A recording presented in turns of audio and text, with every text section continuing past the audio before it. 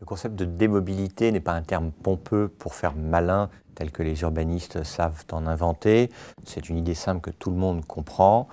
Parce que nous sommes toujours appelés à davantage de mobilité, on peut se demander si, pour d'une part des préoccupations environnementales et d'autre part des préoccupations de bien-être au quotidien, il ne serait pas bon d'aller vers un peu moins de mobilité. Dit d'une autre façon, mais beaucoup plus simple, la démobilité, c'est comment pousser les politiques publiques, l'organisation du monde du travail, à ce que nous soyons moins pris dans les bouchons et moins pris dans les transports en commun congestionnés. Votre question appellerait de longs développements sur les personnes à mobilité réduite, les PMR, tels qu'on les désigne dans les textes qui portent sur l'accessibilité des espaces publics, mais ça n'est pas le sujet. Là, le sujet, c'est les gens, à mon avis, qui seraient ravis de ne pas avoir à être mobiles, de ne pas avoir à se déplacer pour aller vers leur travail. Est-ce qu'on peut avoir une estimation de la part de la population des actifs en France? Je n'en sais rien. En revanche, à l'échelle de l'Île-de-France, il a été calculé par des gens sérieux que vous aviez tout de même un quart des actifs pour lesquels il serait heureux soit qu'il y ait des transports qui soient organisés différemment afin qu'ils ne s'ennuient pas trop et ne perdent pas trop de temps à 3, 4, 5 par mètre carré lorsqu'ils sont congestionnés dans les transports en commun, ou alors qu'ils devraient déménager. Voilà, donc vous avez un quart des actifs en Île-de-France, ça veut dire probablement beaucoup moins sur le reste de la France. Mais ce sont les populations sur lesquelles sont concentrées toutes les difficultés de la vie urbaine moderne, telle qu'on la valorise trop généralement, parce que vous avez une série d'ennuis qui font que des micro-sociétés où on est à se pousser l'un l'autre en voiture ou en scooter à coups de klaxon, ou pire, dans le métro, à 6 par mètre carré au maximum, c'est invivable. Ce qu'on baptise mobilité locale, chacun peut mettre la définition qu'il souhaite, mais dans les enquêtes de transport, ce sont les déplacements dans un rayon de 80 km autour de chez soi. Cela représente en réalité 99% de nos déplacements en France, mais comme c'est une mobilité locale et pas longue distance, ça représente 60% des kilomètres parcourus. En clair, c'est l'ensemble de nos déplacements quotidiens. Il y a 1000 enjeux derrière tout cela, d'organisation de la ville, d'organisation du travail, d'organisation de notre vie quotidienne. Je pense que le sujet important est d'accompagner l'aspiration des personnes qui aujourd'hui sont confrontées à des mobilités subies, indésirables et même insupportables. C'est le grand sujet. Il est un grand sujet parce que pour diminuer la congestion, il faudrait des milliards d'euros d'investissement, ce à quoi sont confrontés les exploitants, les autorités organisatrices, termes généraux pour décrire aujourd'hui les régions, la SNCF ou les autres transporteurs.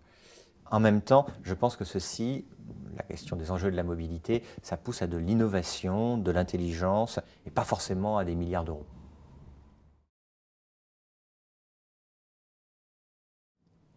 Parmi ces innovations, vous avez, à mon sens, principalement le télétravail, consistant à permettre à une partie des actifs, plus précisément des salariés, parce que nombre d'indépendants en réalité ou d'artisans travaillent chez eux ou juste à côté de chez eux. Et donc c'est plutôt les salariés qui sont concernés, les salariés représentant 90% des actifs en emploi, et les autoriser, leur permettre, les accompagner, tout en conservant un lien avec l'entreprise, tout en conservant par exemple une journée sur 5, un pied dans l'entreprise, ou 2 journées sur 5, je n'en sais trop rien, en tout état de cause, leur permettre de développer cette possibilité qui est offerte par le droit aujourd'hui, d'avoir une partie de leur activité chez eux ou à proximité de chez eux, plutôt que de prendre des routes, autoroutes qui sont bondées, bouchonnées, ou bien de passer un temps insupportable dans les transports en commun, c'est l'innovation la plus importante. Ce n'est pas une innovation en soi, puisque dès les années 70, on l'envisageait, puisque vous avez toujours eu des talents qui arrivaient, de fait, à pouvoir exercer un peu chez eux et un peu dans l'entreprise, mais il y a une dizaine d'années, on comptait 2 à 3% de télétravailleurs. Aujourd'hui, selon ce que l'on prend en considération, on a entre 10 et 20% des gens qui une partie de leur temps l'exercent en télétravail. C'est à mon sens la principale innovation. Il en est d'autres consistant, bon, certes à investir davantage dans les transports en commun ou dans les routes, mais c'est un sujet que je mets ici de côté, même s'il a sa première importance. Il y a aussi la resynchronisation des temps des transports et des temps de l'entreprise. La SNCF, par exemple, a récemment annoncé qu'elle pouvait renégocier avec le STIF en Île-de-France, pardon, c'est-à-dire avec la région Île-de-France, tenter de renégocier avec les entreprises des horaires décalés pour que tout le monde ne se précipite pas dans les sillons déjà totalement bondés. Mais je pense que la principale innovation, c'est le développement intelligent du télétravail. Je pense que la forme urbaine, en effet, a un impact considérable sur les mobilités. Si vous avez une ville très étalée, il est difficile d'y mettre des transports en commun.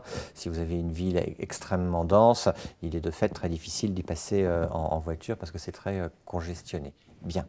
Ceci dit, ça ne se révolutionne pas du jour au lendemain, bien sûr. En même temps, l'idée d'aller vers une ville plus cohérente est quelque chose qui me semble important. Qu'est-ce que serait la cohérence d'une ville? C'est que chacun puisse être à moins de 30 minutes de ses principales activités quotidiennes. C'est assez révolutionnaire comme moyen de décrire la ville, de la penser à moyen terme, et ça peut concerner, si on est en Île-de-France, un quart des salariés franciliens que d'être soit relocalisés, ils déménageraient pour être à une demi-heure de leurs activités quotidiennes, soit par télétravail, tenter de véritablement leur proposer des espaces où, s'ils ne travaillent pas chez eux, ils travailleraient dans ce qu'on appelle des tiers-lieux, des espaces de coworking. Alors, c'est des termes bien pompeux pour dire qu'il pourrait y avoir des bureaux aménagés où on viendrait travailler issus de différentes entreprises sans avoir à s'ennuyer, voire plus, dans le métro, le RER ou sur les routes bondées.